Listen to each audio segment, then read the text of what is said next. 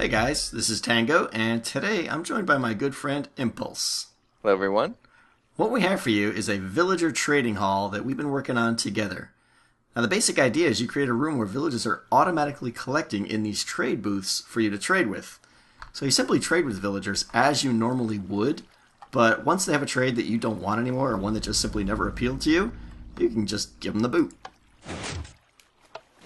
And shortly thereafter, a new villager with new trades will automatically fall in from above to replace him.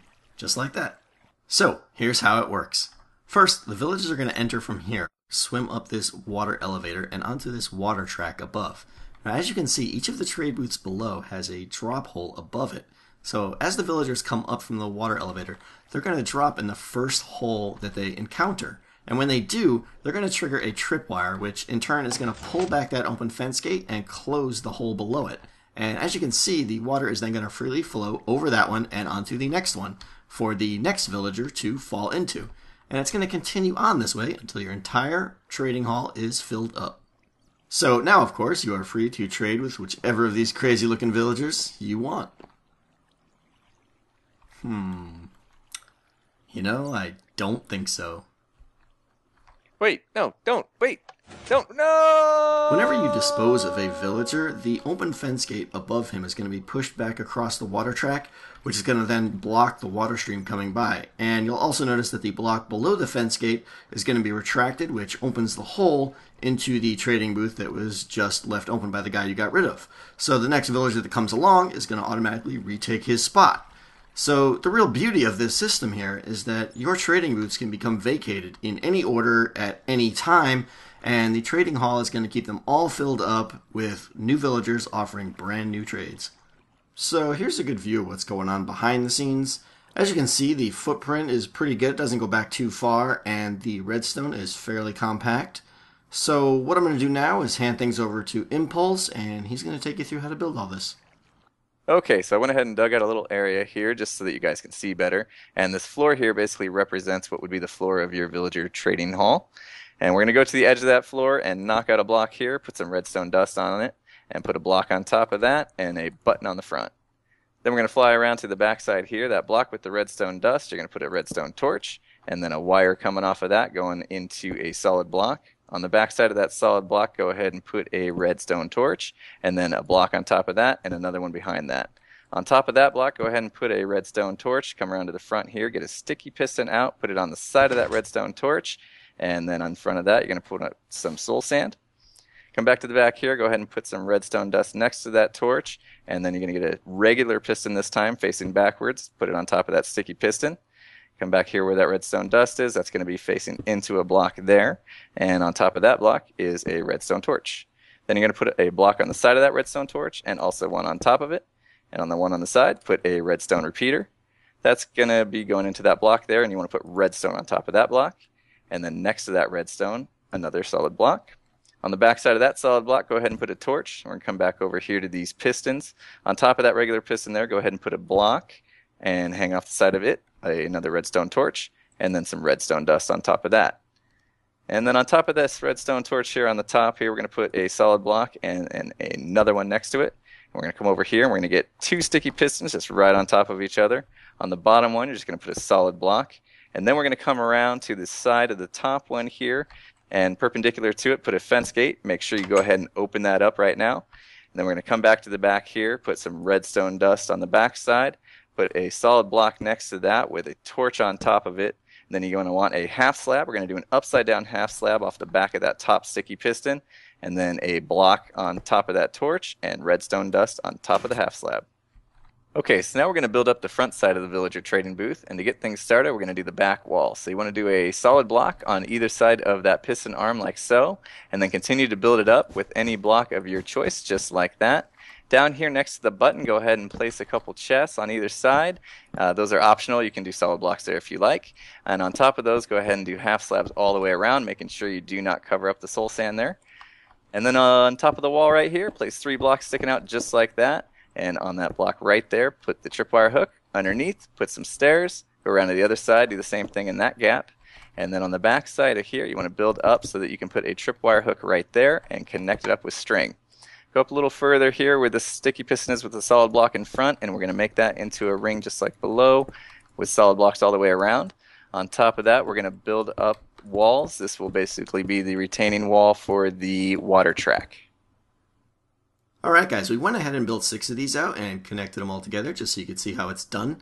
So what I'm going to do now is show you how to set up your water streams up on top and get the villagers flowing the direction they need to flow.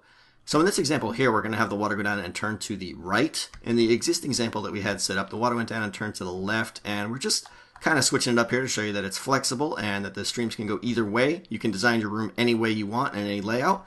I encourage you to check out the world download to check out these for yourself though. So next, go to the end where your input's going to be from your villager spawner and build out 3 blocks like this. And punch a hole in the middle one that you just built. That's going to be the input and the water elevator coming up. Build another ring coming around. And put a sign right on the side like that. And build one more layer on top of that. And then add your water stream right on top of this sign. Next, you're going to go up one more block over here like this and put an upside down half slab. And then go ahead and chain that all the way down. This is going to be the roof or kind of just a cap to keep your villagers from jumping all around and causing all kinds of trouble. Okay, so unless you're building a really small trading hall, the water source block that we just added isn't going to make it down to the corner of your build. So what I'm going to show you how to do now is extend this water stream as long as you need to get the water to your corner. So go ahead and find the water source that we just added, and starting with the half slab right above it, count down to the 10th half slab, and then go ahead and break that out. Then break the block right there, and reclaim your fence gate and your sticky piston. Go ahead and add a solid block right where your gate was, and add a normal piston right on the redstone behind it there. Take some glass and go there, there, and there, and then go ahead and hop down in the hole here, put a sign at the bottom of the track right there like that, and another one up one in the direction of the water stream. Go ahead and replace your half slab and then add a water source right in between right there. And there you go. So what you're going to do now is repeat this process for as long as you need to do to get your water to your corner. So when you want your water stream to go around a corner, it's real simple. Just go ahead and find the last sticky and come out a total of 4 blocks. Build a little platform like this here. Build a little wall for your corner. Carry it up 2 more high and then go ahead and place a sign, 1 down there and 1 up there like that. And then go ahead and continue just building the track up like this. And put your water source right there. Alright, so some extra ideas that you might be interested in for your room. You'll notice that we have these item frames here above each of the villagers. That's in case you find a villager that you are kind of interested in the trade that he is offering. You can go ahead and put that item in the item frame and it'll let you know what he's trading. Also, you'll see we have these chests down here. We mentioned that they're optional, but it may be a good idea to store inside there the goods that you intend to trade to the villagers. And finally, a good way to light this room might be to put some lamps underneath all your chests with a little lever down there. Quick way to light it up, the light goes through the chest and carries into the room quite a bit. So at this point, you may be wondering to yourself, what happens to the villagers once they are disposed of? Well, let's go check it out. What I'm going to do is break this soul stand here just as if it was pulled back and quick replace it. You'll see there's the villager that we just dropped. So it's a 3 block drop from the torch up above it there, and all it is a simple water stream. Now this water stream is going to carry on underneath every trading booth in your villager trading hall like so, and it's going to keep doing that all the way to the end. You're going to have to do a couple little sign tricks like this to get the water stream to continue. And then keep going all the way to the end until you realize that, in fact, the cake is a lie. Down below is some happy fun time for any villager lucky enough to get down there and meet his happy demise. So there is something you need to know about the way villagers die. And when they die, if there is a player within 16 blocks in any direction of that villager, well, that player is pretty much blamed for the death of that villager. And what happens is the village that that villager belongs to is going to shut down its breeding process for 3 minutes. And what that means is any remaining villagers that still belong to that village are going to stop breeding for 3 minutes. Now, given that every villager that we have in the system is all coming from the same village, that being our infinite breeding system down below, well, that's something we definitely don't want to do. So, if we were to just, sword our villagers to death or simply drop them into lava, straight down here or so, that's the problem we would encounter. We would be within 16 blocks of them when they die, and the infinite breeding system would stop breeding. Have fun.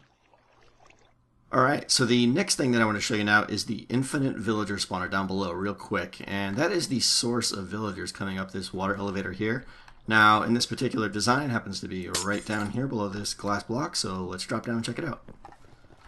Now, I'm not going to go into the full details of how this works. I have a full, complete tutorial for this system on my channel, and I will leave a link in the video description of this video. But real quick, basically how it works is the villagers are down there. You can see right there. The villagers down there are breeding, and eventually their collision volumes push each other out, and they come up one of these water blocks on the side here, that one, or the one down at the end, and they get pushed into the center here and swim up. That's the water elevator that goes directly to our trading hall.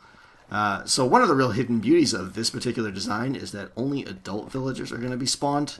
I mean, you can see that there's babies in there, but they can't make it out of the system, so only getting adult villagers out is great, because obviously you can't trade with baby villagers, so the two go kind of hand in hand with together. You know, this spawning system goes great with the villager spawning, or with the villager trading hall. Again, if you're going to build the villager trading hall, I strongly encourage you to check out this spawning system. It is a very scalable design. You can make it as small or as big as you want, and I go into all the details in that video, so check it out. So the thing to keep in mind is that this design is highly configurable and modular. You can pretty much build this in any size or shape you want, and if you want to go really big, well, you can do that too. Alright guys, that is going to wrap things up.